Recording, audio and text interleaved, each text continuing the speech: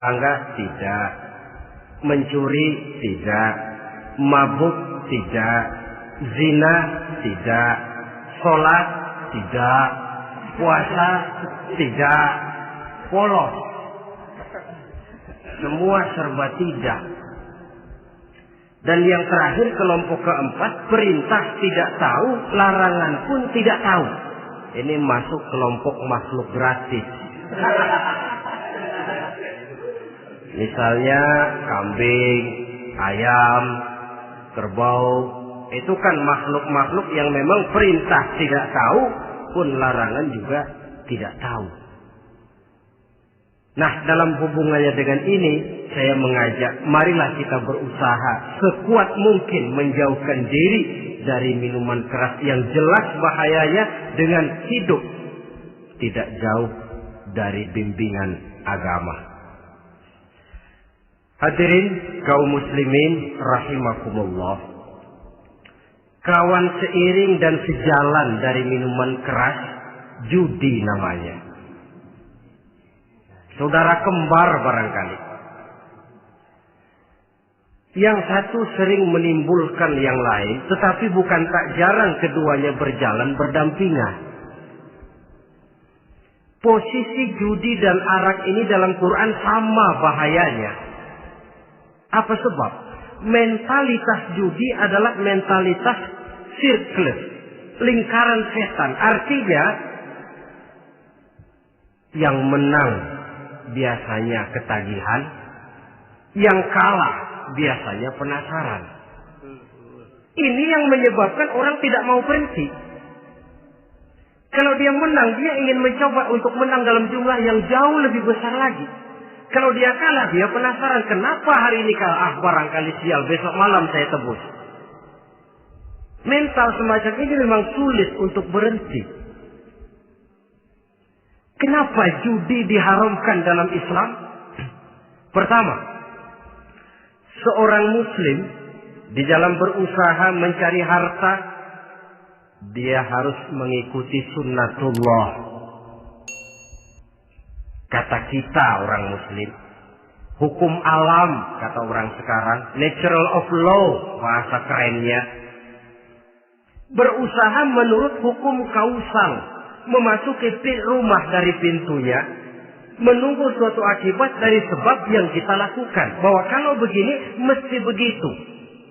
Karena kita memang terikat oleh permainan yang disebut hukum alam ini. Hidup bukan undian, jangan mengharap untung besar tanpa mau peras keringat. Satu pagi Khalifah Umar bin Khattab radhiyallahu an masuk ke masjid.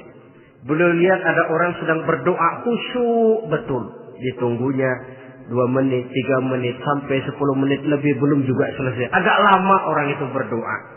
Selesai berdoa, dihampiri orang itu oleh Sayyidina Umar. Beliau tanya, saudara, lagi apa tadi itu? Berdoa ya Khalifah. Minta kepada Allah? Tentu minta kepada Allah. Minta apa? Minta rezeki. Sudah lama? Dari tadi habis sembahyang subuh. Dapat? Belum. Ya memang kata Sayyidina Umar, inna sama la tumtiru zahaban wa la fiddatan. Langit itu tidak mungkin akan menghujankan emas, tidak mungkin pula menghujankan perak. Jadi orang dilarang duduk bermalas-malas menunggu keajaiban yang datang dari langit. Karena memang hidup ini bukan undian, jadi jangan mengharap untung besar tanpa mau peras keringat. Di dalam berusaha kita terikat oleh sunnatullah. Kalau begini sebab penyebabnya, akan begini akibat yang ditimbulkannya. Yang kedua, Islam menjadikan harta manusia itu sebagai benda berharga yang dilindungi. Mengambilnya dengan judi termasuk memakan harta orang lain dengan cara yang batil. Yang ketiga, judi itu sendiri dapat menimbulkan permusuhan dan pertentangan antara para pemain itu sendiri. Meskipun kelihatannya kompak duduk dalam satu meja yang saling berhadap-hadapan, yang kalah kelihatannya pasrah, tetapi kan itu cuma kulit permukaan. Batinnya bagaimanapun juga yang kalah itu tetap mendendam. Sedangkan yang kalah di samping mendendam juga mengomel, mencaci mungkin. Ya lawan bermainnya, ya mungkin juga dirinya sendiri. Dan yang keempat, judi itu merusak aktivitas hidup. Membuat orang membuang waktu dengan tidak terasa.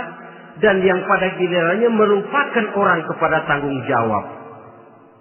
Wah, kalau sudah memegang kartu, konon kabarnya, saya sendiri alhamdulillah belum pernah. Lupalah orang anak, lupalah orang kepada istri, lupalah orang kepada tanggung jawab. Waktu pun berlalu tanpa terasa. Apalagi kalau sudah diiming-iming oleh gambaran akan memperoleh keuntungan yang besar. Termasuk di dalam judi itu undian, apapun namanya. Yang usaha keagamaan ini seharusnya tidak dipermudah, walaupun dengan embel-embel dana kemanusiaan, sumbangan sosial. Dan saya tidak begitu yakin, saudara, bahwa bangsa Indonesia ini sudah begitu menipis rasa kemanusiaannya, sehingga untuk berlaku sosial mesti diimbangi dengan hadiah sekian juta rupiah. Saya tidak percaya bahwa umat Islam di Indonesia sudah begitu tipis rasa kasih sayangnya kepada sesama, sehingga sulit mengeluarkan bantuan kalau tidak diimbangi dengan hadiah yang sekian puluh juta rupiah. Yang saya khawatir apa? Pada gilirannya di negeri ini akan makin banyak penghayal-penghayal kelas berat, tukang-tukang ngelamun kelas tinggi, yang hidup cuma ngumpulin jikalau andai kata umpama misalnya orang sudah kemana-mana kita masih menghitung jikalau.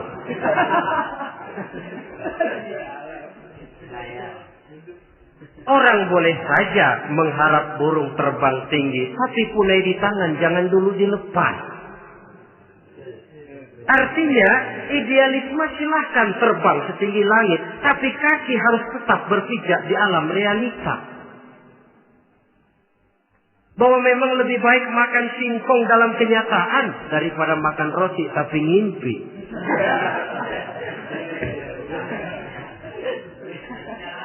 Kadang anaknya menangis, Pak minta jajan, ada uang 200 rupiah. Sudahlah sabar, kau jangan jajan, nanti bapak beliin kalau tembus 100 juta nih.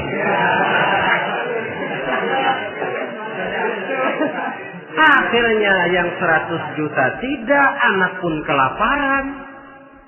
Bukankah akan jadi masalah bagi semuanya? Belum lagi rasa sayang kepada harta yang sudah dia miliki. Entah itu tanah, rumah, kendaraan. Kalau sudah kadung kalah di meja judi, hilang rasa sayang kepada benda itu. Ada rumah-rumahnya dilelang, ada kendaraan-kendaraan jadi taruhan. Ada jam tangan pun copot tanpa terasa. Maka berapa banyak rumah tangga berantakan, istri minta cerai, orang jadi nekat merampok, orang jadi nekat mencuri, korupsi kalau dia pejabat. Akibat apa ini? Pengaruh yang namanya judi. Saudara kaum muslimin, ma'asyiral muslimin rahimakumullah. Itu sebabnya di dalam surah Al-Maidah ayat 90 Allah menekankan innamal khamr wal maisir wal ansab wal azlam rijsun min amali syaitan fajtanibuhu la'allakum tuflihun. Sesungguhnya arak, judi, berhala, mengundi nasib itu rijsun. Ya Allah, jarang benar Quran menggunakan kalimat rijsun. Rijsun ini sudah merupakan puncak kekotoran. Bapak moyangnya najis, itu rijsun. rijsun, kotor. Sudah kotor ditambah pula min amali syaitan, pekerjaan setan. Wajtanibuhu, jauhi. Jangan sampai main, dekat saja tidak boleh, jauhi. La'allakum tuflihun, jikalau kamu mau menjadi orang-orang yang beruntung. Sejarah tidak pernah mencatat ada orang jadi miliuner karena judi. Sejak David Rockefeller sampai Aristotle Onassis, orang-orang kaya top di dunia, mereka kaya bukan karena judi, tapi karena kemauan peras keringat, banting tulang, mau memulai sesuatu dari kenyataan yang real di depan mata. Sebab apa? Hidup ini memang perjuangan. Janganlah kita ingin hidup dengan satu prestasi, ingin tetap hidup seperti apa adanya sekarang ini saja, toh kita harus berjuang. Apalagi ingin hidup lebih baik, lebih terhormat, lebih mudah. Hidup perjuangan. Perjuangan berarti pengorbanan. Berani hidup artinya berani berjuang. Berani berjuang maksudnya rela berkorban. Takut berkorban, jangan berjuang. Tidak mau berjuang, berhenti hidup. Itu logika. Dan bagaimanapun saya yakin lebih baik berkorban daripada menjadi korban. Kalau sekarang kita berkorban, peras keringat, banting tulang, berusaha secara sunnatullah untuk menghidupi anak, istri, keluarga, pada satu saat kita tidak akan menjadi korban kebrutalan anak-anak kita sendiri. Kalau mereka dibesarkan dan tumbuh berkembang oleh hasil yang diperoleh dari meja judi. Ayat 91 Al-Maidah ini lebih memperkuat lagi. Kalau itu arak, judi, berhala, mengundi nasib adalah perbuatan setan, sebenarnya setan mau apa sih? Ayat 91 menegaskan, innama yuridu syaitanu ayyuqi'a bainakumul adawata wal baghdha'a fil khamri wal maisir. Yang dimaui setan itu tidak lain supaya dengan arak dan dengan judi timbul rasa permusuhan, sikap memusuhi, saling marah di antara kamu. Coba, biasanya dalam meja judi sudah loyo, waktu juga sudah berlarut-larut. Yang menang mau berhenti, apa yang kata yang kalah? Berhenti dah, gua wacok loh. Enak bener, gua lagi kalah, lu berhenti. Coba, kira-kira kapan akan selesai permainan? Akan timbul permusuhan, akan timbul rasa dendam, kesumat yang ditanamkan oleh setan. Karena memang baik arak, baik judi, baik berhala, baik mengundi nasib, itu semua permainan-permainan setan yang diberikan kepada kita untuk kita ikut andil bermain di dalamnya. Tatkala kita ikut terkena jerat setan, tertawalah mereka. Kenapa? Oh, makin banyak teman saya di neraka. Maaf, setan itu kan sudah tahu vonisnya. Ketika dulu di dengkotnya yang namanya iblis terusir dari surga, itu bikin semacam perjanjian dengan Allah. Tuhan, kenapa iblis? Gara-gara Adam saya terusir dari surga. Maka sejak saat ini Adam dan seluruh keturunannya adalah musuh bebuyutan saya. Saya akan gelincirkan mereka dari jalan. Silahkan iblis, goda mereka. Tapi kau tidak akan mungkin bisa menggoda mereka kalau hamba-hambaku itu menjadi hamba yang ikhlas. Hanya hambaku yang ikhlas yang tidak mungkin kamu goda. Yang lain barangkali bisa. Sejak saat itulah iblis memproklamirkan permusuhan Dan dia sudah tahu betul vonisnya neraka. Tugas dia sekarang bagaimana mengumpulkan teman sebanyak-banyaknya ke dalam neraka. Hamba Allah saja yang tidak tergelincir kepada minuman keras dan judi.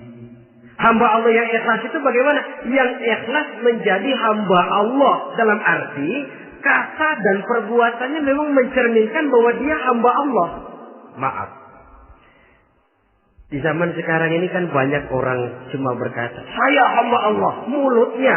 Tapi perbuatannya membuktikan dia hamba setan. Hamba dunia, hamba harta, budak jabatan, budak nafsu. Tidak sesuai antara ucapan dan perbuatan. Sebab itu kata-kata hamba Allah kalau keluar dari mulut manusia itu murah. Soalnya ngaku. Ngaku siapapun bisa. Tapi diakui atau tidak? Ini yang kita belum tahu. Ada juga orang berdalih, saya kan masang kalau dapat nanti mau nyumbang masjid. Barangkali aja kalau nyumbang masjid disoriin dikit sama Tuhan.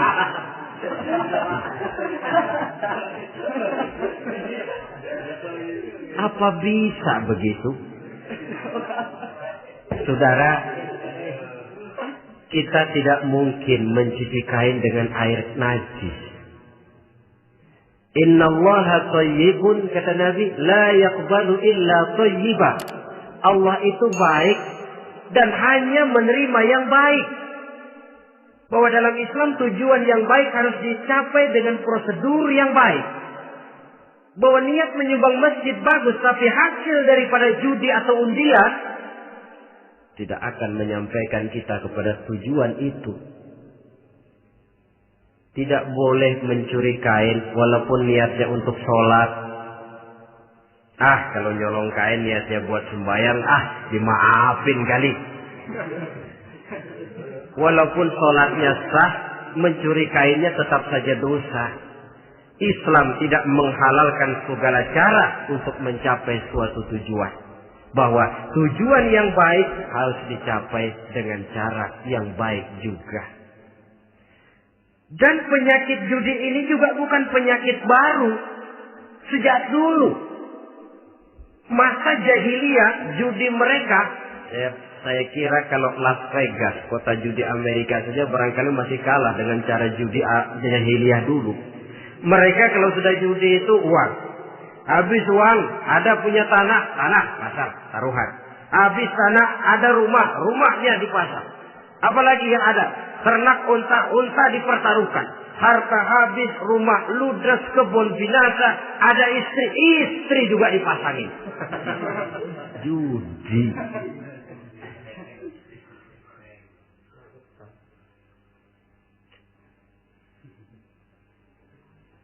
Kita sebagai muslim oleh Al-Quran dijelaskan orang yang mempunyai dua tujuan hidup.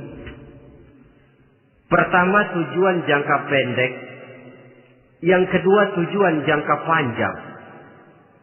Tujuan jangka pendek dunia dan seluruh isinya.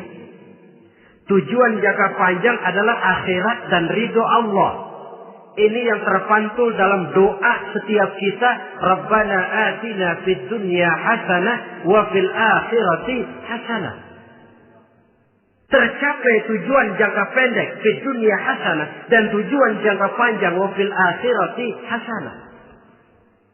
Untuk mencapai tujuan jangka pendek, merangkul dunia dan seluruh isinya, apa yang jadi modal utama? Pertama, pendidikan. Makin tinggi jenjang karier pendidikan yang kita tempuh, rasa-rasanya makin mudah menjangkau dunia dan isinya. Yang kedua, pengalaman, tenaga expert masih tetap diperlukan. Makin banyak pengalaman, makin mudah menjangkau dunia. Yang ketiga, dan ini ada tapi tidak bisa dijadikan pegangan, faktor nasib. Faktor kebetulan. Ada, tapi tidak bisa dijadikan pegangan mutlak. Pendidikan, pengalaman, ingin menjangkau fid dunya hasanah. Ini modal utama. Lalu untuk mencapai fil akhirati hasanah, prestasi ibadah. Bagaimanapun tinggi pangkat dan jabatan kita, bagaimanapun banyak gelar kita sandang, tanpa prestasi ibadah, nol besar kita dalam pandangan Allah. Itu sebabnya kita sholat. Jadi tidak beralasan kalau orang ditanya, kenapa sih kamu nggak sholat? Ah, tetangga saya sholat melarat terus. Memang sholat itu bukan untuk mencari uang kok. Kalau ada orang yang rajin sholat, rezekinya kelihatan lancar, itu cuma sekedar persekot. Uang muka, cashnya tetap di akhirat nanti. Efeknya apa? Karena kita punya tujuan jangka panjang, mengharap ridho Allah di akhirat. Cara kita mencapai tujuan jangka pendek dibatasi oleh pertanyaan, Allah ridho apa enggak? Kita cari uang, tapi pertanyaan pokok, Allah ridho enggak cara ini? Kita mengejar kedudukan, tapi Allah ridho enggak dengan cara ini? Ini yang menyebabkan kita lantas tidak lalu menghalalkan segala cara. Yang penting tujuan tercapai cara apapun halal. PKI. Kan cuma PKI yang berprinsip asal tujuan tercapai cara apapun halal. Dan kita sudah sepakat PKI dan seluruh ajarannya tidak berhak hidup di bumi Pancasila ini. Cuma jangan sekedar PKI-nya dikutuk tapi ajarannya dipakai.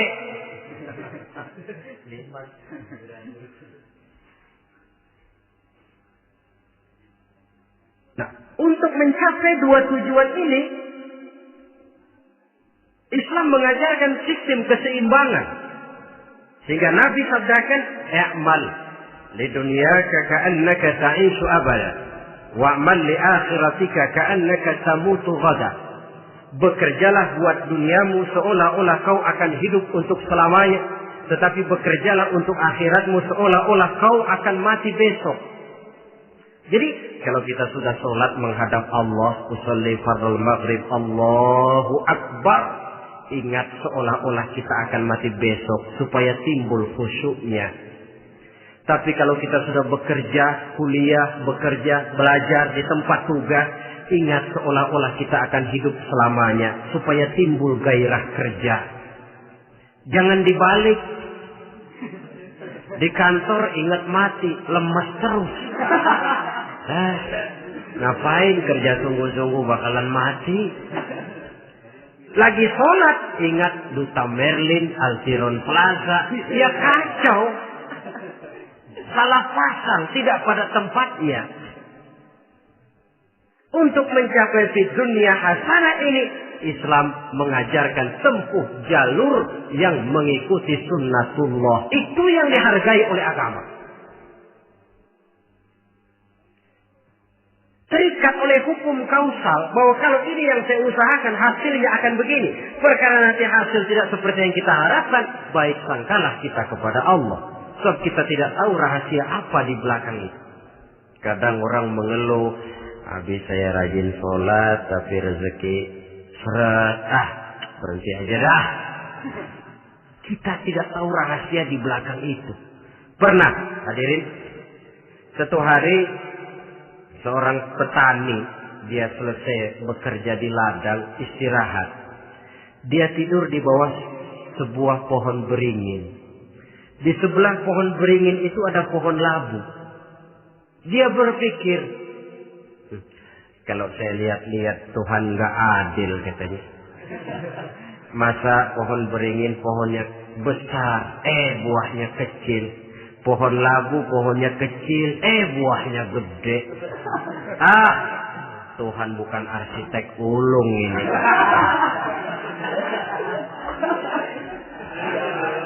Mestinya supaya enak dilihat beringin yang pohonnya besar buahnya sebesar buah labu. Pohon labu yang pohonnya kecil buahnya kecil saja sebesar buah beringin. Tidak adil Tuhan. Baru dia selesai berpikir Tuhan tidak adil, jatuh sebutir buah beringin tepat menimpa hidungnya. Dia terkejut. Astagfirullahaladzim. Kalau begitu saya sadar katanya, Tuhan benar-benar adil. Coba kalau buah beringin segede buah labu, Waduh, kayak apa muka saya ini?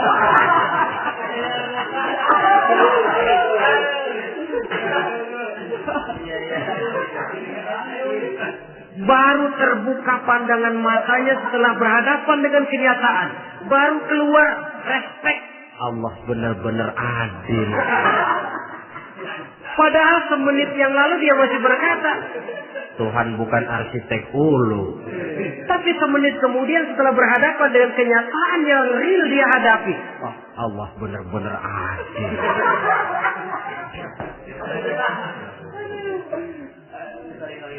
Itulah kehidupan ini.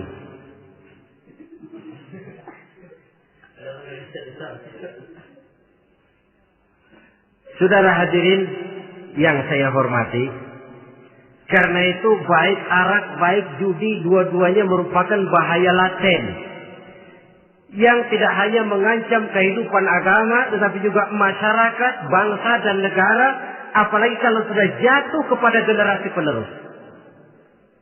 Dan yang bagaimanapun juga saya berpikir sebenarnya remaja, pemuda, pemudi kita cuma korban dari suatu sistem. Sebab ini merupakan tanggung jawab bersama. Ulama mubalik macam saya paling wewenangnya cuma ngomong. Yang punya SK untuk memberhentikan pabrik minuman keras itu kan Menteri Perindustrian. Tangan-tangan eksekutif.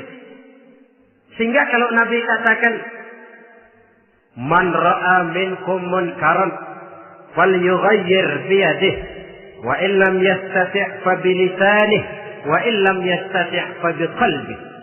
Apabila salah seorang kamu melihat suatu kemunkaran, termasuk minuman keras dan judi di dalamnya, rubah itu. Dengan cara apa? Kalau kau mampu dengan tangan, artinya power, kekuatan. Kalau dengan tangan tidak mampu, wah ini orang kalau gue pukul gue yang melintir nih. Umpamanya, fabilisan nih, dengan lidah ngomong. Mas, saya senang sampean tinggal di sini, kampung kami tambah warga, tapi tolonglah jangan bawa pengaruh yang tidak baik. Kalau ternyata bicara pun tidak berani, fabiqalbi, cukup dalam hati, sekurang-kurangnya tidak ikut membenci kemungkaran dalam hati, itulah kadar iman yang paling lemah. Ini secara umum. Tapi kalau hadis ini kita mau adakan semacam, katakan description of job, bahasa kerennya, kita adakan pembagian tugas. Siapa yang harus merombak kemungkaran dengan power? Penguasa, pemerintah, sebab dia punya aparat. Siapa yang merombak kemungkaran dengan lidah? Ulama, kiai, mubalik, ngomong. Siapa yang hanya merubah kemungkaran dalam hati? Kita umumnya rakyat lemah ini. Yang mau ngomong gak berani, tapi hati pegel. Nah, kalau sudah ada pembagian tugas semacam itu, insya Allah masing-masing akan berjalan pada relnya. Dan pada akhirnya selamatlah kita, bangsa Indonesia, umat Islam pada khususnya, dari bahaya, baik bahaya minuman keras maupun bahaya judi. Menyelamatkan bangsa dan yang lebih lagi menyelamatkan masa depan kita. Sekianlah saudara pertemuan kita pada saat ini. Mudah-mudahan ada manfaatnya. Terima kasih atas segala perhatian. Mohon maaf atas segala kekurangan. Usikum wa nafsi bitaqwallah. Wassalamualaikum warahmatullahi wabarakatuh.